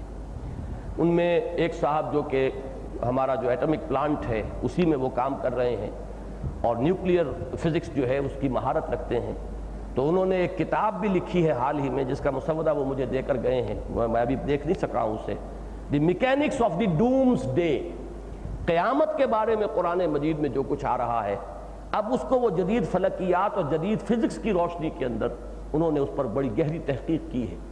جیسے کہ مورس بکائی نے کتاب لکھی، اس کا زیادہ جو مواد ہے وہ جو بایولوجی کا فیلڈ جو ہے سائنس کا اس سے متعلق ہے، اس لیے کہ وہ بنیادی طور پر ڈاکٹر ہیں، سرجن ہیں۔ انہوں نے زیادہ فزکس اور جو علم فلکیات ہے، اسٹرانومی، اس کے حوالے سے بات کی ہے۔ تو میں یہ عرض کر رہا تھا کہ سائنسدان جب پڑھے گا تو وہ ان چیزوں کے اوپر آ کر ڈیرا ڈال دے گا کہ یہ بات جو ہے جو اس کے شعبہ علم سے متعلق ہے، اور یہ ایک اچھی علامت ہے کہ اس سلسلے میں بھی ہمارے ہاں ادارہ قائم ہوا ہے اور کچھ نوجوانوں نے بیڑا اٹھایا ہے کہ قرآن مجید کے اندر جو ریفرنسز ہیں سائنسز کے، خاص طور پہ فزیکل سائنسز ان کے جو ہیں پیش نظر ہیں، تو وہ ان کے حوالے سے وہ ان حصوں کی تحقیق اور ان کے اوپر تصنیف و تعریف کا کام کر رہے ہیں۔ تو بہرحال نحن قدرنا بینکم الموت، ہم نے تمہارے مابین، دیکھیے آیا کیا تھا، تصدقون سے مراد ہے تصدقون بالبعث، تم دوبارہ جی اٹھنے کی تصدیق کیوں نہیں کرتے؟ افرأیتم ما تمنون انتم تخلقونہ ام نحن الخالقون، کیا تم نے غور کیا تم یہ کیا ٹپکا دیتے ہو ایک بوند، پھر اسے تخلیق تم کرتے ہو کہ ہم کرتے ہیں؟ معلوم ہوا جواب ایک ہی ہو سکتا ہے کہ اللہ ہی کرتا ہے۔ تو گویا کہ یہاں ایک دلیل آ گئی کہ جو اللہ وہ کر سکتا ہے وہ یہ کیوں نہیں کر سکتا۔ اب اس کے بعد آیا ہم نے تمہارے ان دو زندگیوں کے مابین، تمہارے ان دو جسدی وجودوں کے مابین موت کو مقدر کر دیا ہے۔ نحن قدرنا بینکم الموت وما نحن بمسبوقین علی ان نبدل امثالکم، کہ ہم تمہارے جیسے وجود بدل سکیں، لا سکیں، تمہیں پھر جسد عطا کر سکیں۔ ننشئکم فیما لا تعلمون، اور اب تمہیں اٹھائیں، تمہاری اٹھان ہو اس میں جسے تم نہیں جانتے. وہ عالم آخرہ ہے، اسے آج ہم نہیں جانتے. اس کی تو جو باتیں قرآن ہمیں بتاتا بھی ہے وہ بھی ہمارے تصور سے بہت حد تک ماورا ہے. ان حقائق کو ابھی پورے طور پر اپنے ذہن کی گرفت میں لینا ہمارے لیے ممکن نہیں ہے. ہم اسے مانتے ہیں، تصدیق کرتے ہیں کہ اللہ نے فرمایا ہے اور اللہ کے رسول صلی اللہ علیہ وسلم نے ہمیں پہنچایا ہے. جیسے کہ ہر تلاوت کے بعد عموماً قاری حضرات کہا کرتے ہیں کہ ہم ایمان لائے اس پر، صدق اللہ و صدق رسولہ النبی الکریم. تو اللہ نے بھی سچ کہا اور اس کے رسول صلی اللہ علیہ وسلم نے بھی سچ فرمایا، وبلغنا، اور اس نے ہمیں پہنچا دیا. تو تصدیق تو ہے، لیکن ان تمام حقائق کو پورے طور پر گرفت میں لینا اس وقت ممکن نہیں ہے. اس لیے فرمایا وَنُنشِئَكُمْ فِي مَا لَا تَعْلَمُونَ، اس عالم میں ہم تمہیں پھر اٹھائیں گے. اب تمہاری نشو و نما کہہ لیجئے یا اٹھان ہوگا تمہارا اس عالم میں جس کو اس وقت تم نہیں جانتے. وَلَقَدْ عَلِمْتُمُ النَّشْأَةَ الْأُولَىٰ، اور تم جانتے ہو اس پہلی اٹھان کو، یہی جو نطفے سے لے کر اور جو جنین کی تکمیل تک جو ہوتا ہے وہ تم اس سے واقف ہو. فَلَوْلَا تَذَكَّرُونَ، تو پھر اس سے سبق حاصل کیوں نہیں کرتے. اب آئیے دوسرا، أَفَرَأَيْتُم مَّا تَحْرُثُونَ، کیا تم نے کبھی غور کیا یہ کیا بوتے ہو تم؟ فصل کی بوائی کر رہے ہو، تم نے کھیتی بو دی ہے، بیج ڈال دیا ہے زمین میں، تم نے تو یہی کیا ہے نا.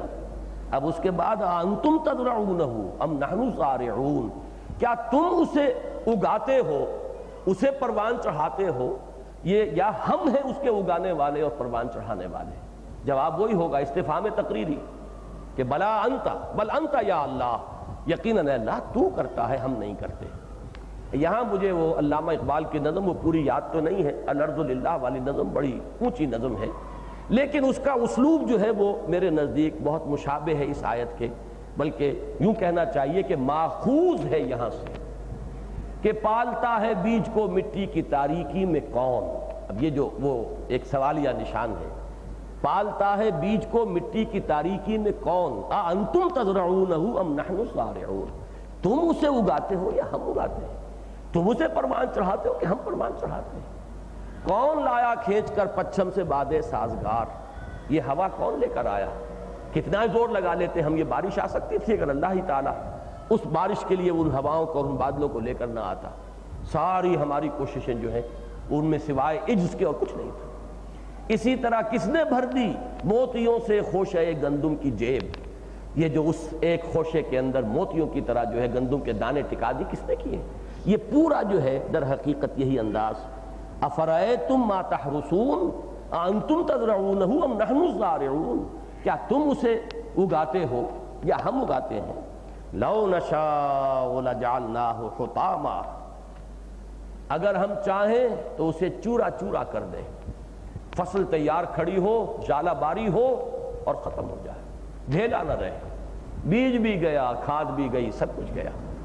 کوئی آندھی آئے، طوفان آئے، کوئی باد سرسر کا جھونکا آئے، کوئی لو آئے جس کے بارے میں آیا ہے اعصار فیہ نار فاحترقت، کوئی آندھی آئے تیز جس میں آگ ہو، لپٹ آگ کی، اور وہ جلا کر رکھ دے اور راکھ کر دے اس کھیتی کو. اللہ تعالیٰ جب چاہے کر سکتا ہے. لو نشاء لجعلناہ حطاما فظلتم تفکہون، پھر تم رہ جاؤ باتیں بناتے ہوئے. یہ تفکہ کے لفظ کو جنہیں دلچسپی ہے وہ ذرا نوٹ کر لیں. فواکہ کا جو مادہ ہے وہی اس کا مادہ ہے، تتفکہون ہے اصل میں، یہ باب تفاعل تفکہون. اور تفکہ جو ہے جیسے کہ آدمی جی بہلانے کے لیے کچھ پھلوں کو تھوڑا بہت کھاتا رہتا ہے، وہ ڈائٹ نہیں ہوتی، اس کی خوراک نہیں ہے، وہ تنقل ہے. اسی طرح باتیں بنانا، گفتگو، ٹیبل ٹاک، مجلسی گفتگو، یہ بھی تفکہ ہے ایک طرح کا. جی بہلانے کے لیے، پیس ٹائم کے لیے، وقت گزاری کے لیے گفتگو ہوتی ہے. اس لفظ کو لائے ہیں یہاں پر تانے کے طور پر کہ جب وہ کھیتی جل جاتی ہے، چورا چورا ہو جاتی ہے، تمہاری ساری محنت جو ہے اس کا دھیلا ہو جاتا ہے، تمہارا بیج بھی ختم ہوا، تمہاری وہ کھاد بھی گئی، تمہاری محنت بھی گئی، اب بیٹھ کر باتیں بنانے کے سوا تمہارے پاس کچھ نہیں رہتا. فظلتم تفکہون، لیکن اس وقت تم باتیں کیا کرتے ہو؟ انا لمغرمون بل نحن محرومون، ہائے ہم پر تو بڑی چٹی پڑ گئی، ہم پر تو بڑا تاوان آ گیا. ظاہر بات ہے کہ یہ ساری انویسٹمنٹ جو ہوئی ہے وہ گئی، امیدیں اسی سے تھیں، آج کے دور میں تو پھر بھی بڑے لمبے چوڑے نظام ہیں، بڑے لمبے چوڑے آپ کے ہاں جو ہے سٹورز ہوتے ہیں اور گودام ہوتے ہیں، اور حکومت جو ہے وہ رکھتی ہے فصل جو ہے کچھ نہ کچھ مہیا کر کے رکھتی ہے، باہر سے درآمد ہو جاتا ہے وقت کے اوپر. لیکن یہ ہے کہ اس پچھلے زمانے کا تصور کیجئے کہ جس کی فصل اس طرح تباہ ہو گئی، اس پر جو قیامت آتی تھی پھر کہ اب یہ کہ سارا وقت کیسے گزرے گا، کہاں سے بال بچے کھائیں گے. فَظَلْتُمْ تَفَكَّهُونَ، نہ یہ کہ وہ رہا بلکہ جو ہمارے پاس اثاثہ تھا وہ بھی گیا، ہم نے سب کچھ اس میں لگا دیا تھا. فَظَلْتُمْ تَفَكَّهُونَ، اب سوائے اس کے اور کوئی چارہ تمہارے پاس نہیں رہتا کہ بیٹھ کر باتیں بناؤ. لیکن وہ باتیں بنانا اب جو ہے وہ کچھ خوشی کے انداز کی نہیں ہے، بلکہ وہ ایک ماتم ہے جو تم کر سکتے ہو. اِنَّا لَمُغْرَمُونَ، ہائے ہم پر تو چٹی پڑ گئی، ہم تو بڑے تاوان تلے آ گئے. بل نحن محرومون، بلکہ ہماری قسمت پھوٹ گئی، ہم محروم ہو کر رہ گئے، ہمارے پاس کچھ نہ رہا سوائے بدبختی کے اور سختی کے، اب ہمارے حصے میں کچھ نہیں. اب آئیے تیسرا، افرأیتم الماء الذی تشربون، اور کیا تم نے دیکھا اس پانی کو جو تم پیتے ہو؟ کتنی آسانی سے گلاس میں ٹھنڈا پانی آ گیا، آپ نے پی لیا، آپ کی تشفی ہو گئی، پیاس لگی ہوئی تھی، تسکین ہو گئی. کبھی غور کیا کہاں سے آ رہا ہے، کون لا رہا ہے؟ یہ بادل جو ہے کون ان بادلوں کو لیے پھر رہا ہے؟ کون ہواؤں کو چلا رہا ہے؟ کس نے یہ کوہ ہمالیہ کی چوٹی پر اوور ہیڈ ٹینکس بنا رکھے ہیں؟ یہ برف کیا ہے جو پڑی ہوئی ہے؟ یہ اوور ہیڈ ٹینکس ہے کہ وہی پانی ہے برف کی شکل کے اندر جم کر وہ وہاں پر ہے. جیسے آپ کسی شہر کے اندر ٹنکی بناتے ہیں اوپر کہ وہاں سے پانی رفتہ رفتہ آپ کو ملتا رہتا ہے. یہ پوری دنیا کے اعتبار سے یہ اوور ہیڈ ٹینکس ہے جس میں ارب millions and billions tons of water stored there, اور وہاں سے رفتہ رفتہ وہ جو ہے دھوپ کی تپش سے پگھل رہا ہے اور وہ دریاؤں سے ہوتا ہوا آپ کے پاس آ رہا ہے. وہی جذب ہوتا ہے زیر زمین سوتوں کی شکل میں آپ کو مل رہا ہے. لیکن یہ کہ سب کی سورس جو ہے وہ تو وہی ہے اوپر سے. فرمایا انتم انزلتموہ من المزن ام نحن المنزلون، کیا تم اسے نازل کرتے ہو اس سفید بدلی سے یا ہم ہیں اس کے نازل کرنے والے؟ بارش پر کہیں اگر روک لگ جائے اور بارش نہ آئے کہاں سے لے آؤ گے؟ یہ آرٹیفیشل جو بھی رین آپ کرتے ہیں وہ تو وہی فضا کے اندر جو بھی کچھ ہے نمی، اسی کو آپ ایک خاص تدبیر سے، وہ نمی جب ختم ہو جائے گی پھر کہاں سے بارش لے آئیں گے آپ؟ وہ تو اللہ ہی کی پیدا کردہ وہ نمی ہے. کچھ دیر کے لیے کوئی مصنوعی طور پر آپ نے اس کا اہتمام کیا، کچھ بوندیں برسا لیں، بلکہ کہنا چاہیے کچھ بوندیں ٹپکا لیں زمین پر. لیکن یہ کہ یہ سلسلہ پورا کا پورا کہ کہاں سے وہ بخارات اٹھ رہے ہیں، کہاں سے بادلوں کی شکل میں یہ اربوں اور کروڑوں اور یہ ٹن پانی جو ہے جا رہا ہے، اور یہ جا کر کہیں برستا ہے بارش کی شکل میں، کہیں وہ گرتا ہے برف کی صورت میں. جو برف کی صورت میں گر رہا ہے وہ وہاں پر اوور ہیڈ ٹینکس بن رہے ہیں آپ کے لیے، اور یہ پانی کا جو سائیکل ہے وہ چل رہا ہے. افرأیتم الماء الذی تشربون اانتم انزلتموہ من المزن ام نحن المنزلون، کیا تم نے اسے اتارا ہے ان بادلوں سے یا ہم نے اتارا ہے؟ ایک بات یہاں پہ نوٹ کیجئے، مزن کے لیے لغت کا جب میں نے دیکھا تو یہ السحاب الابیض کے لیے آتا ہے لفظ، سفید بادل، کہ جو بظاہر جو ہے ان کے اندر کوئی پانی وانی کہیں نظر نہیں آتا، اللہ تعالیٰ اس سے برساتا ہے. دوسری بات نوٹ کرنے کی یہ ہے کہ قرآن مجید میں اکثر و بیشتر بارش کے لیے آتا ہے انزلنا من السماء ماء مبارکہ، اور سما کا لفظ پھر وہاں پر ہمارے لیے ایک سوالیہ نشان پیدا کرتا ہے کہ آسمان سے تو بارش نہیں آتی، بارش تو ان بادلوں سے آتی ہے. تو مراد کیا ہے؟ قرآن مجید نے معین کیا یہاں پہ کہ وہ بارش بادل سے آ رہی ہے. ایک تو یہ ہے انتم انزلتموہ من المزن ام نحن المنزلون، یہاں سما کا لفظ نہیں آیا بلکہ مزن کا لفظ آیا، بادل کا لفظ آیا. یہی لفظ جو ہے سورہ نبا میں بھی آیا ہے، یعنی مختلف ہے لفظ لیکن معنی یہی ہے. وَأَنزَلْنَا مِنَ الْمُعْصِرَاتِ مَاءً ثَجَّاجًا، ہم نے ان بدلیوں سے جو نچوڑتی ہیں پانی کو، معصرات کے لفظی ترجمہ ہوگا نچوڑنے والیاں، وہ پانی نچڑتا ہے ان سے اور زمین پر آتا ہے. تو معلوم ہوا کہ بارش کے بارے میں قرآن مجید نے متعدد مقامات پر واضح کر دیا ہے کہ یہ بادل ہی سے آتی ہے. لیکن سما کے معنی چونکہ بلندی کے بھی ہیں، لہذا جہاں کہیں بھی بارش کے ساتھ لفظ سما آیا ہے وہاں ہمیں ترجمہ آسمان نہیں کرنا چاہیے، بلندی کرنا چاہیے. ہم بلندی سے بارش اتارتے ہیں، نازل کرتے ہیں، پانی اتارتے ہیں. جہاں سما آئے لفظ بلندی، اور یہاں پر تو تعین کے ساتھ آ گیا انزلتموہ من المزن ام نحن المنزلون. اب اگلی آیت دیکھیے، لو نشاء جعلناہ اجاجا، ہم اگر چاہتے یا چاہیں تو ہم اسے کھاری بنا دیں، کڑوا۔ کیا کر لو گے تم؟ پھر کہاں سے لے آؤ گے مائی معین، وہ صاف میٹھا نتھرا ہوا صاف پانی کہاں سے لاؤ گے؟ اگر بارشوں سے، اگر بادلوں سے بھی وہی کڑوا کسیلا اور کھاری پانی ہم برسا دیں تو کہاں سے لاؤ گے؟ پھر تمہارے پاس اور کون سی سورس ہے؟ یہ ہے وہ فلولا تشکرون، تو تم شکر کیوں نہیں کرتے؟ یہ چیزیں جو ہیں، جیسے کہ سورہ رحمان میں نے عرض کیا تھا کہ فَبِأَيِّ آلَاءِ رَبِّكُمَا تُكَذِّبَانِ، تو آلاء کے معنی صرف نعمتیں نہیں ہیں بلکہ اللہ کی خلاقی، اللہ کی قدرت، اللہ کی صناعی اور اس کے کرشمے، کن کن کرشموں کا، کس کس قدرت کا انکار کرو گے؟ اسی طریقے سے یہاں بھی آپ نے دیکھا کہ شکر کا لفظ بھی آیا، شکر ہوتا ہے کسی نعمت پر، تو گویا کہ نعمتوں کے طور پر بھی ان تمام باتوں کا ذکر ہو رہا ہے، اور اللہ کی قدرت، صناعی، خلاقی، عجائبات تخلیق اور عجائبات تدبیر، جو دو الفاظ میں نے استعمال کیے تھے، یہ ان کا بھی حوالہ دیا جا رہا ہے۔ اب آخری چیز ہے افرأیتم النار التی تورون، کیا تم نے غور کیا اس آگ کے بارے میں کہ جو تم جلا لیتے ہو، روشن کر لیتے ہو؟ انتم انشأتم شجرتها ام نحن المنشئون، اب یہاں دیکھیے پھر وہی انشاء کے مصدر سے یہ دو الفاظ پھر یہاں آ گئے، 6 الفاظ سورہ واقعہ میں اس ایک مصدر سے آئے۔ انتم انشأتم شجرتها، کیا تم نے اٹھایا، بنایا، پیدا کیا، پروان چڑھایا، انشاء کے معنی میں بیان کر چکا ہوں، اس کے درخت کو، یا ہم ہیں بنانے والے؟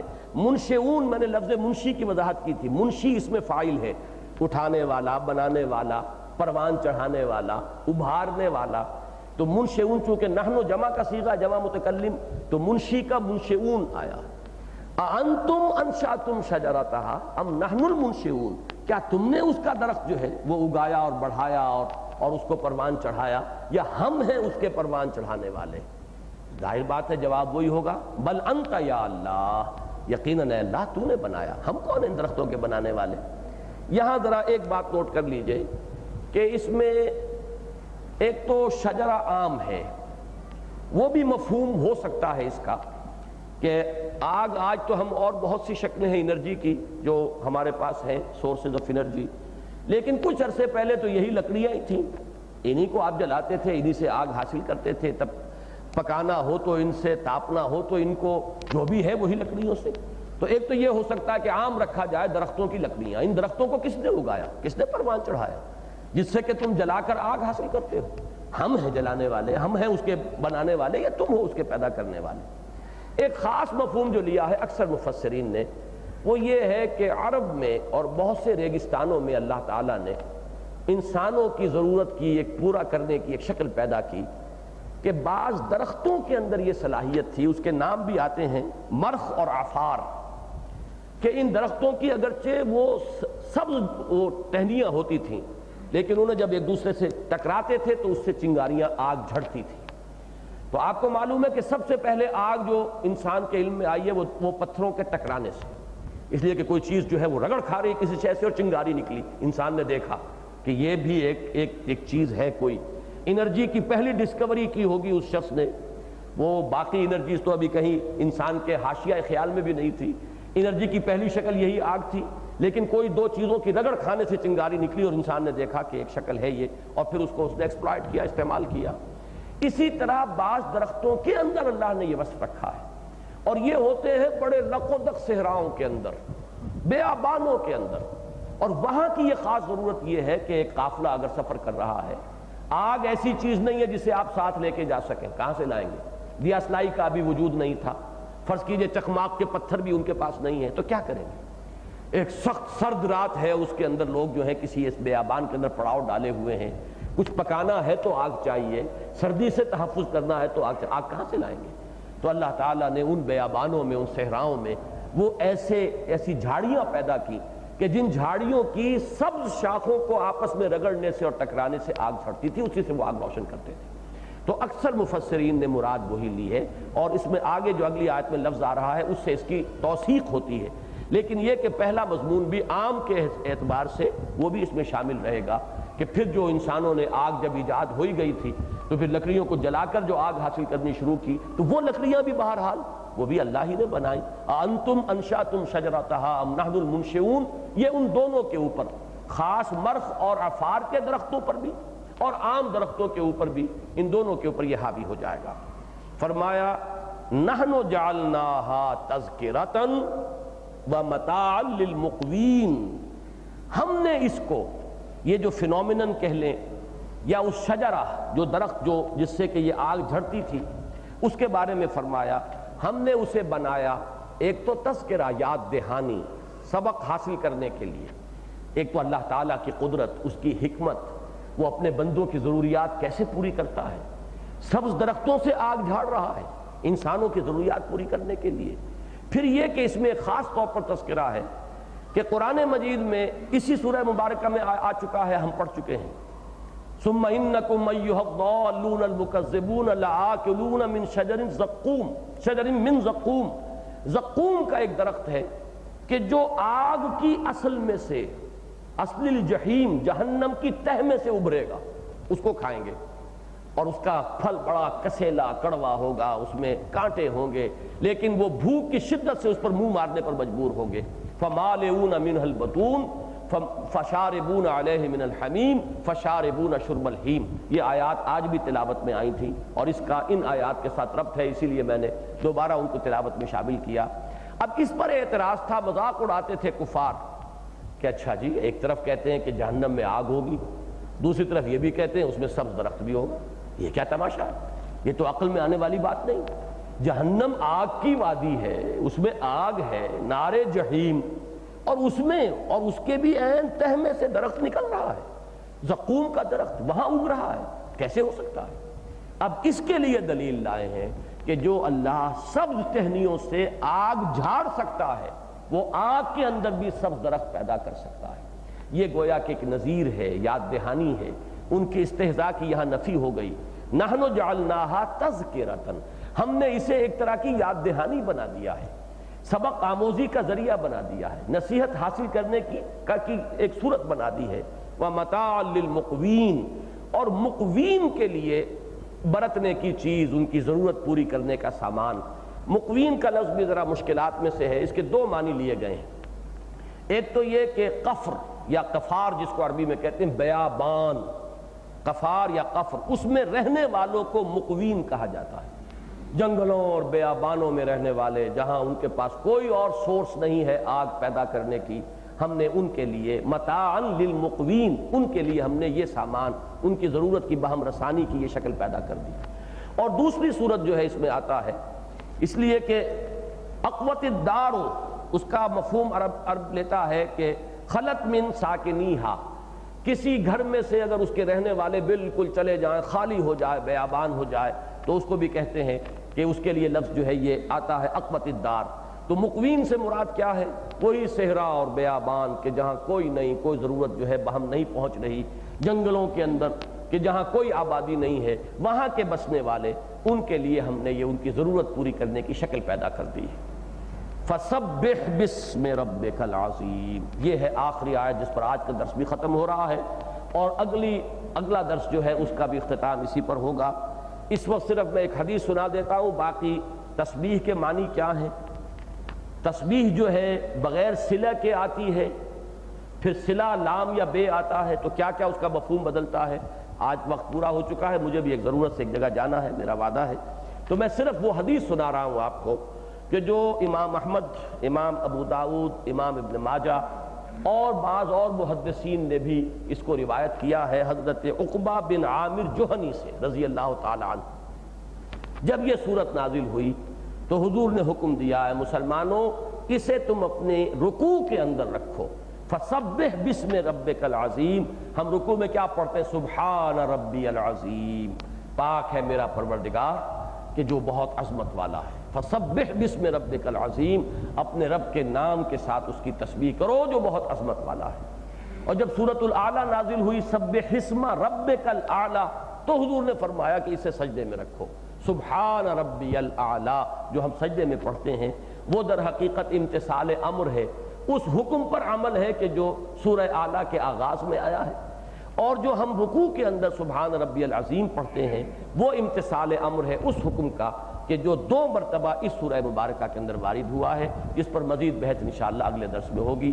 بارک اللہ لی و لکم فی القرآن العظیم ونفعنی و ایاکم بالآیات والذکر الحکیم۔